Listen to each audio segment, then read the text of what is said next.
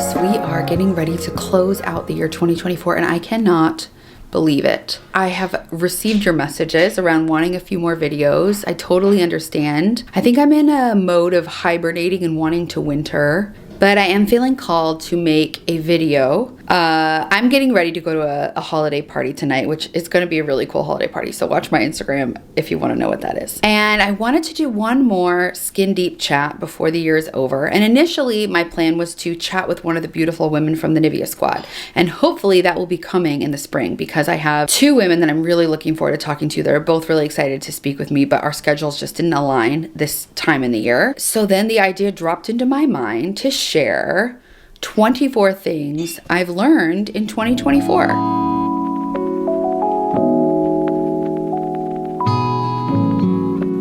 And when the idea dropped into my mind, I thought that is too much. That's too much to share. I don't know. I have definitely learned more than 24 things. But this is centered around self-care, self-trust, and self-love. And my lovelies from NIVEA are obviously sponsoring this video. And so I thought it would make a lot of sense to sink into self-love and self-care. So I thought we could get ready together and do a little spacious get ready with me, full of self-care, while I share 24 lessons I'm leaving the year 2024 with. And I would love it if you would share a lesson below of what you've learned this year, what you're taking with you into the next year.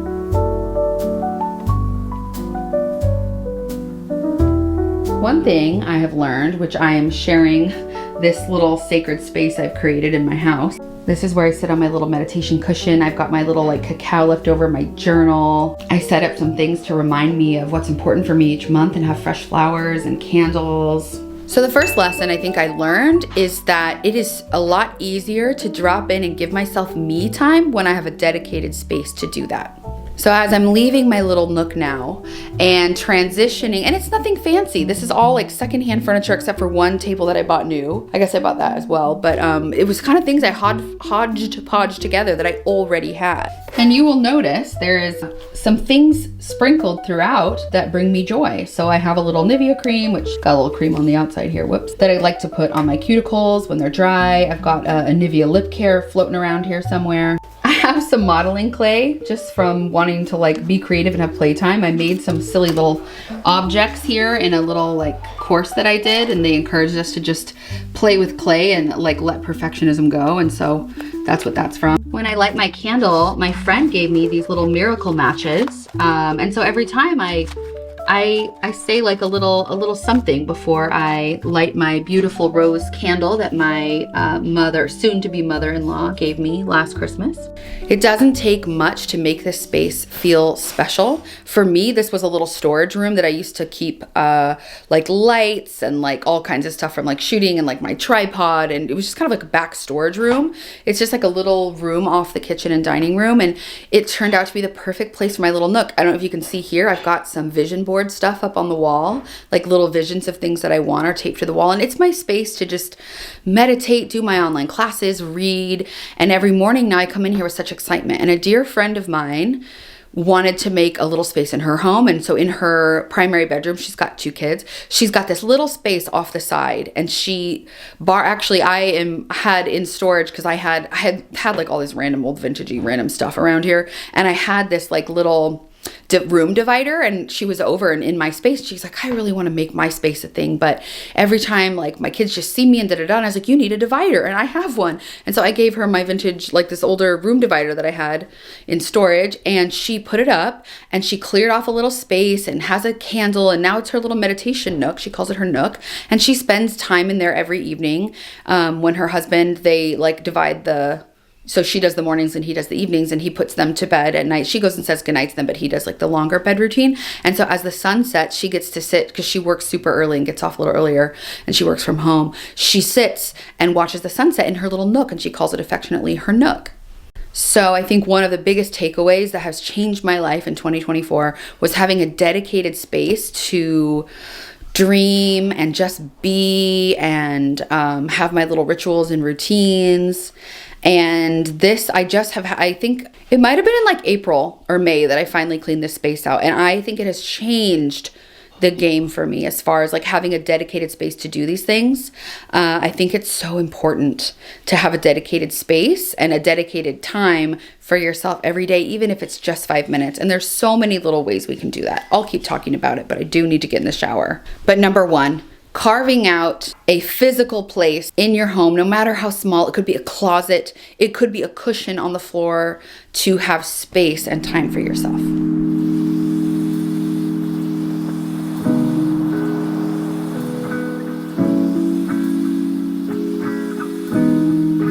Riff off what I was already saying. And if you saw the footage when I was taking the shower, filling our spaces with little luxuries, they don't have to be expensive, but those little luxuries go such a long way. I have learned that I love beauty and luxury, little sensory pleasures like scents and foods and lotions. And I used to think that that was shallow. And whenever I would write down my values, I would ignore that part. Well, look around me. Like, I've built a life basically based on beauty. Beauty is such an essential joy in this world. Like, life is tough enough. Like, we are allowed to have little beautiful luxuries in our life, and they can really potpourri and fragrance and perfume our lives with so much joy. So I have learned to accept that about myself. So I think the second thing is that I will sprinkle my life with as many little joys as possible. And that is, if you notice the eucalyptus hanging in my shower, I actually got that from my friend's land. It was free. And just putting that up in my shower has made such a difference. I see green, that makes me happy. It infuses it with a beautiful scent. I use a beautiful Shea moisturizing body wash that lathers so nicely, and I get a new loofah, and that's exciting, or those gloves that exfoliate. Using products that smell good and make your skin feel good. They don't have to be expensive. You know I love my NIVEA Essentially Enriched, and it always makes me feel so luxurious because my skin looks like so decadent and beautiful when I use it, because my skin is glowing and soft. Which leads me to number 3. I notice when I take good care of myself, I feel better and I'm able to better take care of other people. And it took me far too long to learn this. I would have told you this a couple of years ago, but I don't think I fully understood it in practice. And I was very much in the zone of just like rushing through my shower. Everything was a hurry. And this time to like luxuriate and like take time taking care of myself has been such a gift. Like, it sounds so cliche, but I think this year I can honestly say, and the last couple years, but it is so not selfish to take care of yourself. It is the least selfish thing you can do, because the more you take care of yourself, the more you have to share with others. So when we nourish ourselves, oh my gosh, nourishing. I feel like that's a universe nod to like, yes, you're on the right track. When we nourish ourselves, we have so much more left over to nourish others with, and it comes from this deep overflow instead of like the scarcity fumes of what we have left over to give. Another thing I've learned about myself, number 4, make your bed in the morning. It takes 5 minutes, it takes 2 minutes, and I didn't do it this morning, and I can feel a difference. So I'm gonna go ahead and do that right now, so that when I come home tonight, I'm happy to get into bed. I also still sleep with my baby blanket. You don't need to know about that.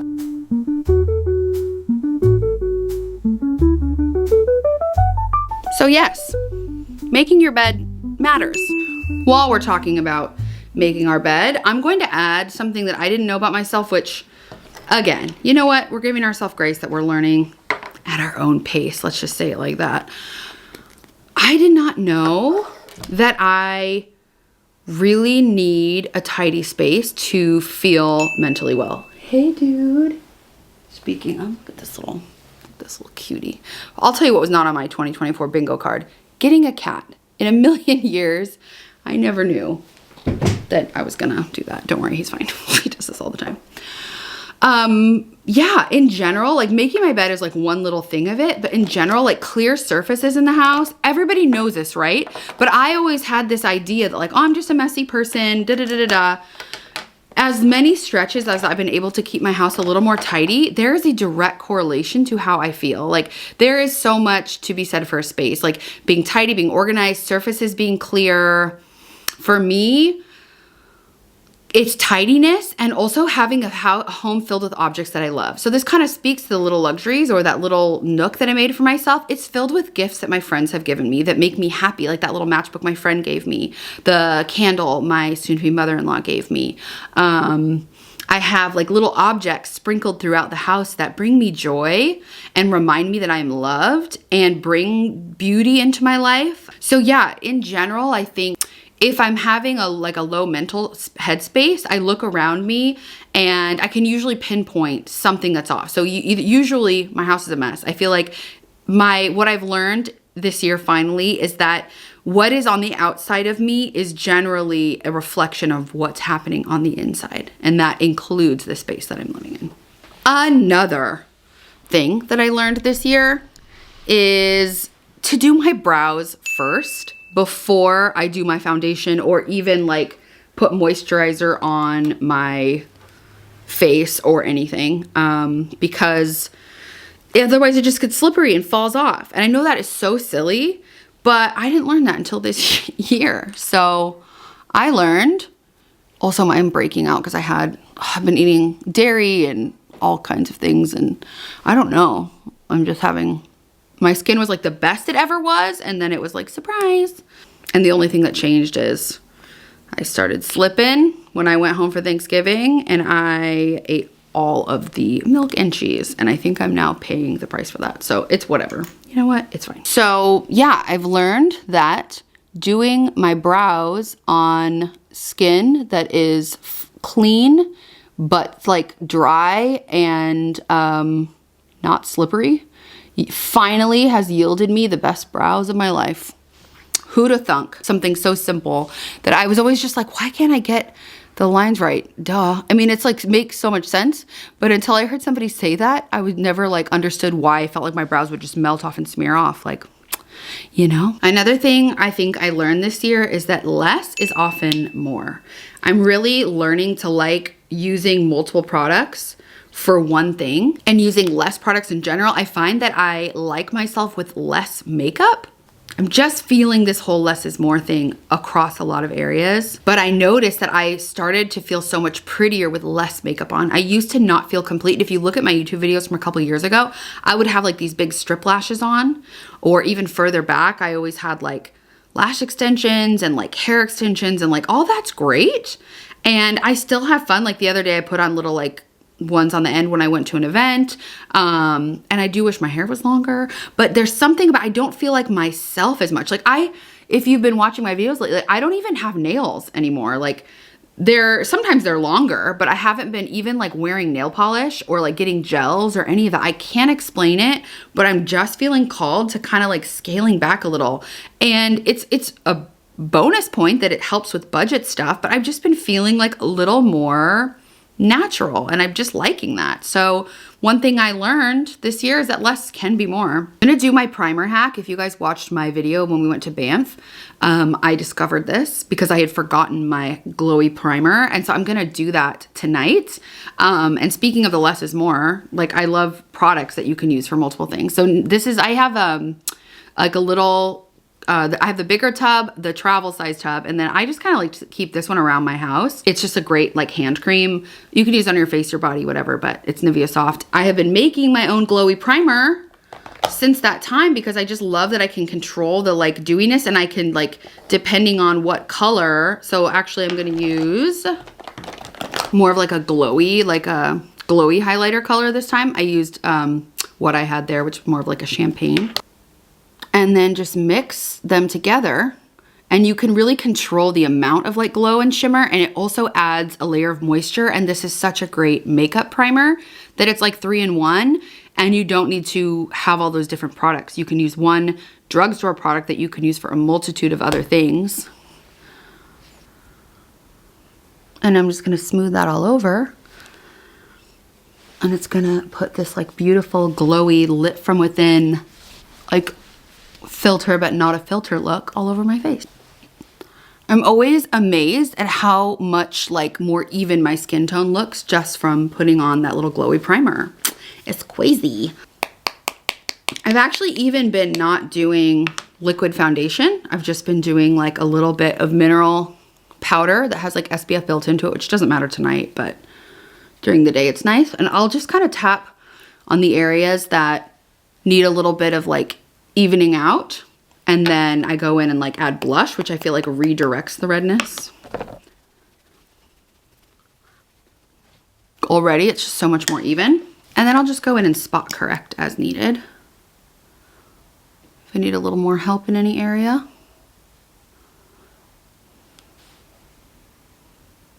I'm very excited to go to this event tonight. And I found myself recently realizing that I know when something is a HE double hockey sticks yes, or a heck yes, or a full body yes. I guess we'll call it like a full body yes, or a full body no. And tonight's event is a full body yes. And I have noticed that I can ask my body, or ask myself, however you want to phrase it, and get an answer about whether something is a yes or a no. And I'm sure we've all heard that phrase of like, if it's not a 100% yes, it's a 100% no kind of thing. I don't know about all that. All I do know is that the more I focus on the yeses, the better I feel. So I think another thing that I have learned this year is that sometimes saying no to something or someone else is saying yes to yourself, and that you can never betray yourself for the sake of someone else, big or small. I would find myself in situations where I would say I could help a friend with something, but to do that, I would have to like be running around ragged and then maybe like not show up fully for something that was super important to me. And then I would feel secretly resentful. And yeah, it was just, I realized a little too much there. I think I started to realize my own limits and that I need a lot more space and rest than I ever give myself. So in 2024, I really learned to get clear about my no's and my yeses. And one thing I actually started to do, which I don't know if you guys are into human design at all or if you know about it, it's kind of like it uses like your birth time and all kinds of stuff, or the Enneagram, any of that, Myers-Briggs, any of that is really great to help you learn about yourself and your decision-making centers. But I learned that my body is one of my that my body has a lot of information for me. So sometimes I can get really quiet and ask my body like, to show me a yes or a no. And a yes will feel really expansive and a no will feel contraction. Sometimes I can actually feel my stomach contract. So if you have trouble like in your mind sometimes, like knowing if something is a yes or a no, follow the feelings of excitement in your body. Often you can feel your heart expand and be like, oh, that's exciting, yes. Versus like you can almost like even notice your body language is like, oh, sure, I can do that. But in reality, you're kind of, yeah. So I think in 2024, because our time is so sacred, I learned about the power of my sacred yes and my sacred no, and when to say yes and when to say no, when saying yes to someone else is saying no to myself, and when saying no to someone else is saying yes to myself. So anyway, I don't know if that makes sense. Here's another product that I think is such a multi-use product. I talk about this one all the time on my Instagram. I'm gonna put it on now because I've got like stuff on my lips, so I'll definitely like do my lips properly after. First of all, I get so many compliments whenever I wear my NIVEA lip care. Blackberry is my favorite, but there's cherry, watermelon, strawberry, there's all whatever color, there's even like little frosty ones. I love this one, especially moving into like winter.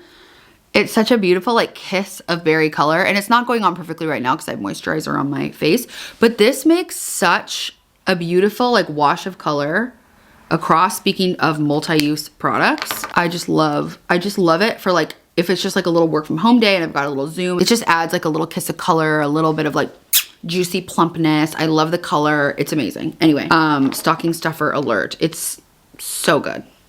I'm gonna be layering more on because I'm going out tonight, but I just wanted to like touch on that. Another thing I think I relearned this year, something that I have known, but that I needed apparently a refresher course on, is the importance of ritual and the difference between rituals and routines. Routines you kind of just do automatically without thinking, which is great for like habit stacking, if you've ever read like Atomic Habits, etc. But ritual is something different. Rituals are performed with intention and purpose. And I did this little workshop because you guys know that I've started my little ritualize thing, and rituals are very important to me.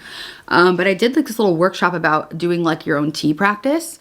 And the practitioner who does these beautiful tea ceremonies that I've really been loving, where you just sit in silence with tea, was saying that all it takes to create a really beautiful, meaningful ritual is time and intention, putting intention into something. So sipping your tea in the morning, but noticing that you're not rushing about it, like being conscious of how you hold your hands and how you pour, how the cup feels in your hand, like taking a moment to light a candle or fluff a pillow to sit on before you do it. It can be that simple. It can take 1 minute. It can take 5 minutes. It's just about bringing that energy into yourself and being completely focused on that task in a meaningful way. And I realized that I got, obviously during the pandemic, if you have followed me, I got so into my rituals and like my day revolved around them, essentially because, you know, we were all at home and that's how it was.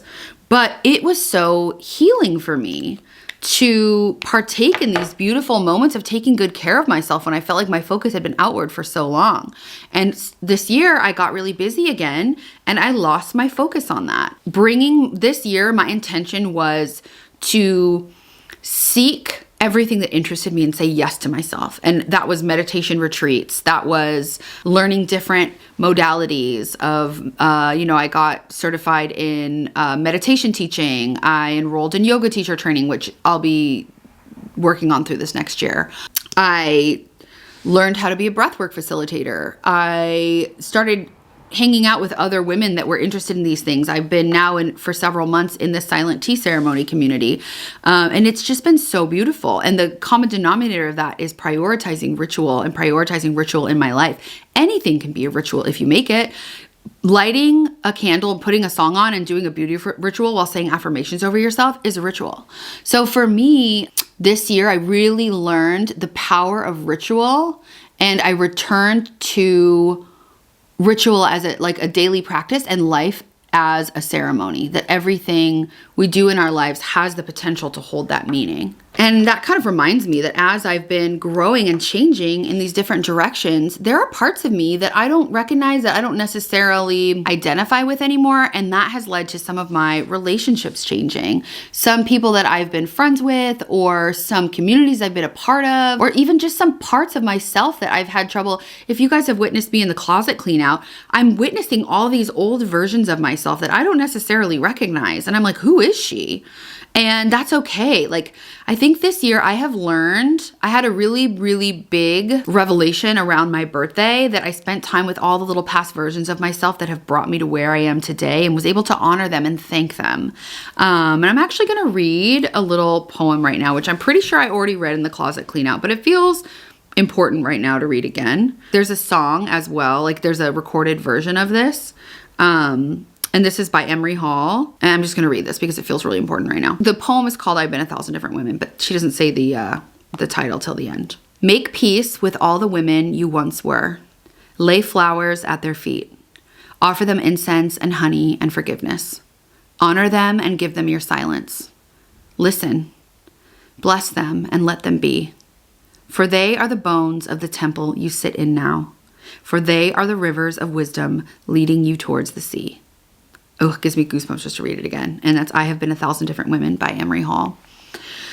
So I think I have learned that not only is it okay to evolve and change, that it is encouraged. And what's the point of life if we're not growing and changing? And I think it's Anais Nin who has a quote that says, like, your goal is to shapeshift as many times as you can in this lifetime.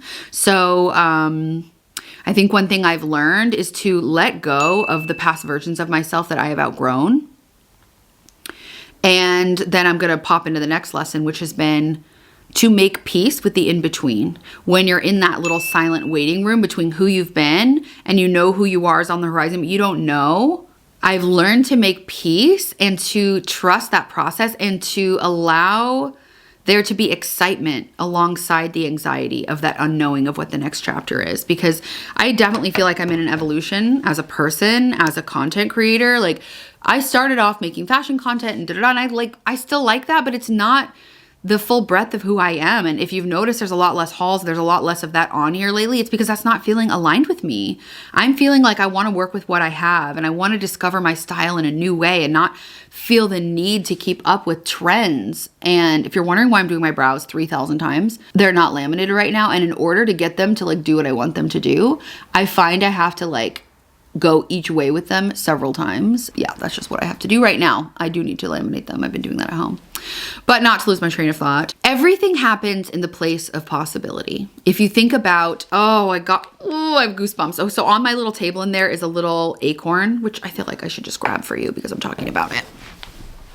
This little tiny acorn has the potential, and if given the right circumstances, would grow into a massive, great, hundreds of feet tall, giant oak tree, okay? I have this on my little, I call it my altar, but it's just a little place where I put things that remind me of good things. I have my candle, I have like important things like gifts from friends, things I wanna remember and pay attention to each month. I reset it according to like different themes, but anyway, again, another video for another day. I was reading something the other day and it was talking about the acorn, and when I read it, I was like, oh my gosh, I brought an acorn home from the cabin intuitively, knowing that I felt like I needed this little thing home with me to remind me of something, and that's what it was, is that there was a time when that great oak tree was underground in complete darkness and it couldn't see anything. It had no promise of anything that was going to happen. But with like time and nurturing and watering and light, it grew up into the fullness of what its potential was. And this is to remind me to honor this dark place. And as we move into the winter season, it's really natural for our rhythms to be more oriented to the darkness and to quietness and moving more slowly and resting. And I'm trusting that process. So I think I learned, alongside of letting go of the old versions of myself, to be still and listen for what's next and be open and be willing. I guess it's a willingness, right? To be willing to be led in the direction of my dreams. I know that there are things that I want, but there's like a line between like muscling and forcing and then just being and allowing. And we have to do things to get what we want, obviously. But I know where I want to be, but I don't necessarily know how it's all going to come together or how to get there or how to share all these things that are on my heart. And so I'm trusting in this place. So I think this year I have learned to embrace the not knowing in certain areas and be willing to be shown. That's a huge one. Brows are looking good. I am going to add, I really love the way the blush looks right now too. I'm going to add a little more highlighter just because, you know, we're going out tonight. Another thing, a modality that I learned this year that's fairly new to me that I'm really enjoying is two-way journaling, kind of like along the lines of the stuff that we're talking about right now.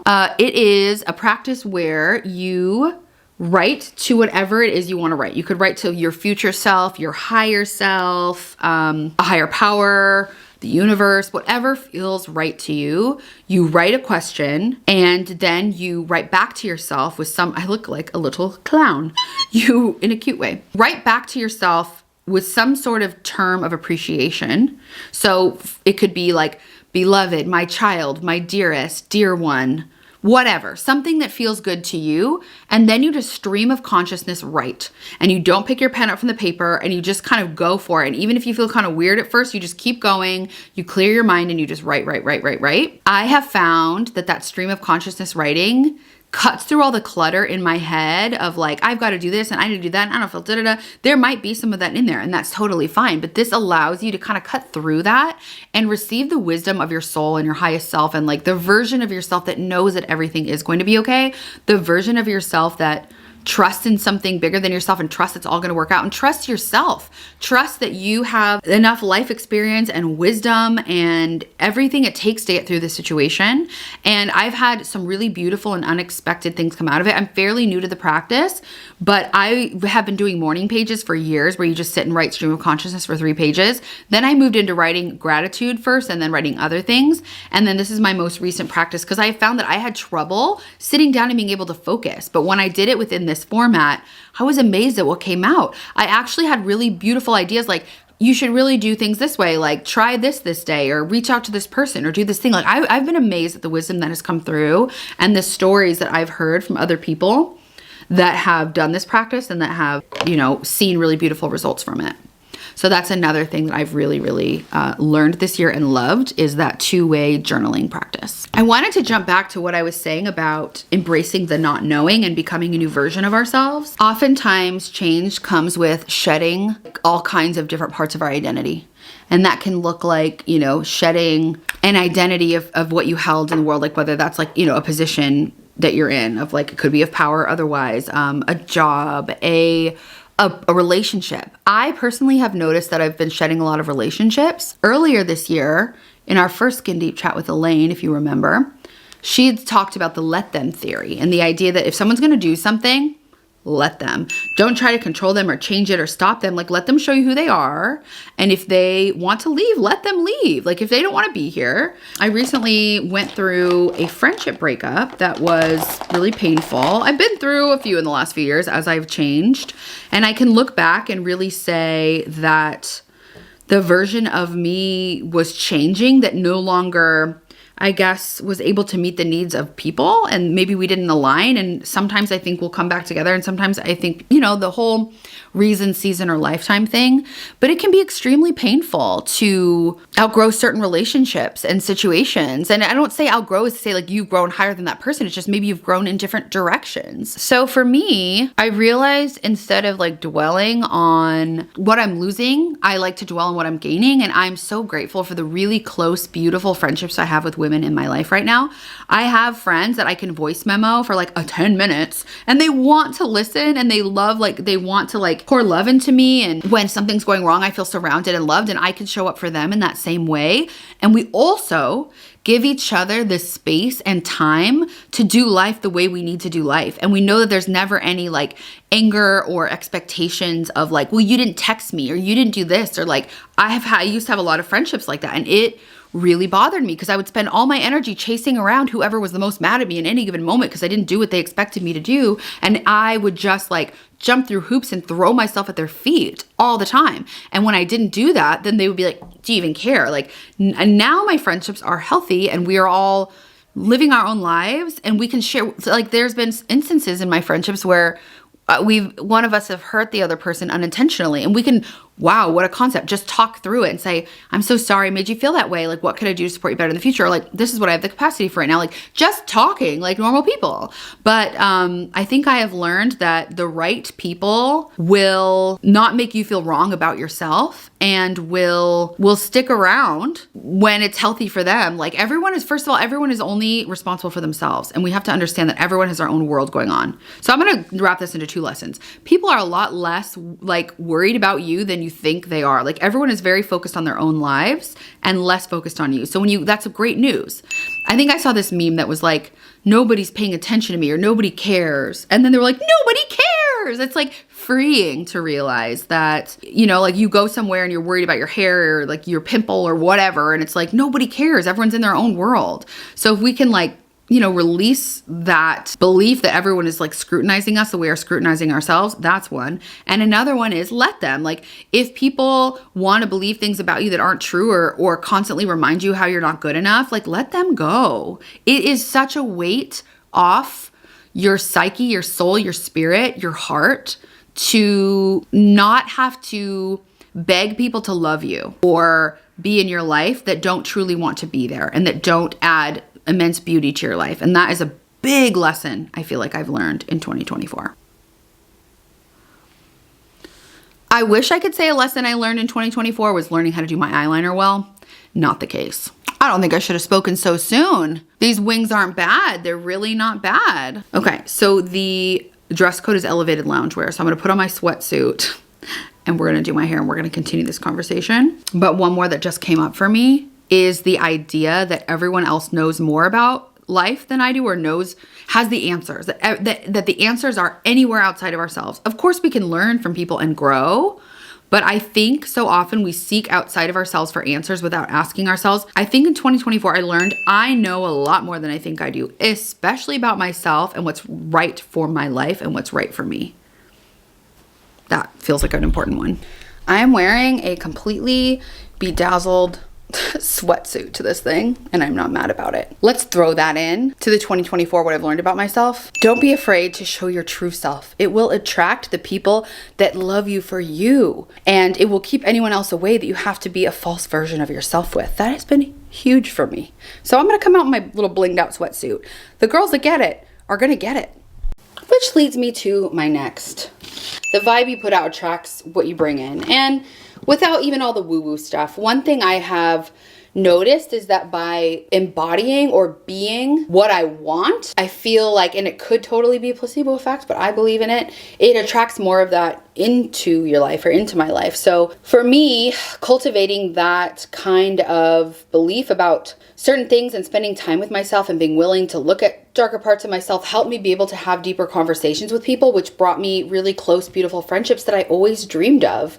Spending time at home in cacao ceremony led me to doing a workshop with a friend that led me to tea ceremony. It's like following those little breadcrumbs, but you start by like being and infusing your life with, like, if you want a life of art and beauty, like, go to museums, fill your life with music and all kinds of things. And eventually, I think that has like a ripple effect outward. I'm not going to call this one of my 2024 learnings because I've been doing this longer than that.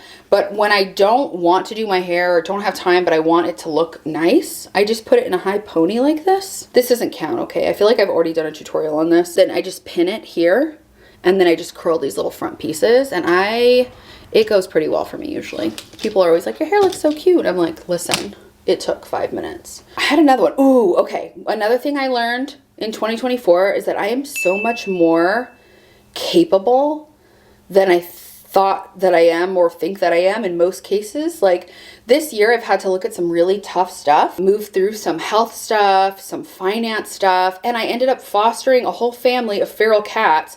And you guys were along for that journey. It was not easy. One of the cats had to have like emergency surgery and I had to bring her in and she attacked me and it was so scary and I didn't know what to do with these things. And it was, I was so worried they were never going to find homes. First of all, I never would have wanted to do that. I don't think I ever would have like voluntarily fostered a family of cats, maybe ever, but definitely not at this time. It was a lot of work. I had to go out and like feed them multiple times a day, give them medicine, work around one that was like really like timid, socialize them. Like, first of all, even trapping them, the trapping them was such a difficult process. I never would have thought I would be capable of that. And I was, and we got them adopted and I was able to socialize them all and get them all healthy, happy homes. I freaking saved one of their lives by noticing their health issue, even though it was the one that was like attacking me. And I followed up on that and like ended up getting her to an emergency vet appointment. And the vet told me she wouldn't have made it. I don't know. You know, I feel like I was shown parts of myself that I don't know if I would have believed were there until I got to witness them myself. So another thing is looking at finances. Like I always told myself, like, I'm just not good at math. I'm just not good at numbers. Like, and I was too scared to look at some of the things. Like I was too nervous to like really look at my budget or really look at some tax stuff or some things that I've been moving through that are so scary and hard and like adult, which newsflash, I've been an adult for quite a while now. Yeah. So I think 2024 taught me how capable I am once I decide to stop avoiding the problem at hand, which leads me to my next learning, which is the places that we're often the most scared to look have the most treasures. Like that's where the gold is. Like that's where our life lessons and life learning is. And often we can then take that knowledge and share it with others. It is a gift that we can then give back to other people. Like oftentimes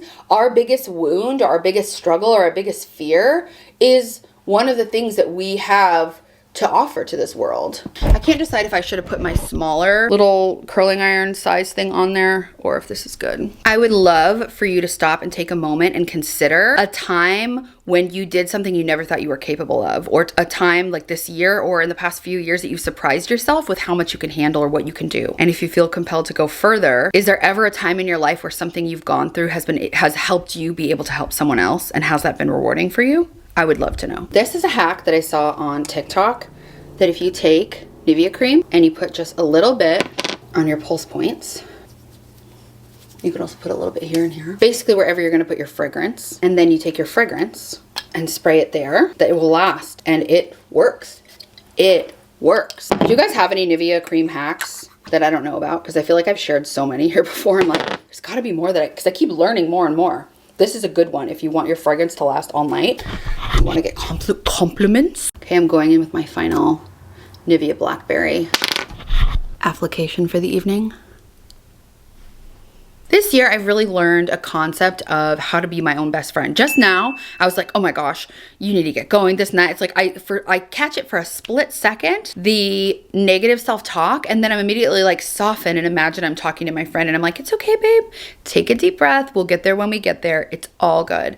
Whatever that means for you. So I love this concept of being my own best friend. I realized how much energy I was giving towards self-flagellating and like being hard on myself. And I've talked about this before, but I think I truly this year really started to understand how much energy I was wasting by not only being hard on myself, but then kicking myself when I was down. Just today in this online tea circle that I was in, the woman who was facilitating it was talking about, it's called Buddha's second arrow. She said that she was in a yoga class once and she was trying to do like a headstand or something. And there was like 70 people in the class and she fell and then immediately was like, oh my gosh, that was so embarrassing. Like, and the teacher shot over and was like, Buddha's second arrow, and was basically saying to her, like, you already fell and it's totally fine and nobody probably would have noticed, but then you made a big deal out of it. It's like you were kicking yourself when you were literally already down. Like, I do that a lot where I'll make a mistake and instead of just being, oh, okay, cool, well, we'll try again, or like being kind to myself and being like, okay, that's it, or I have whatever, I'll be like, I'll go and be mean to myself on behalf of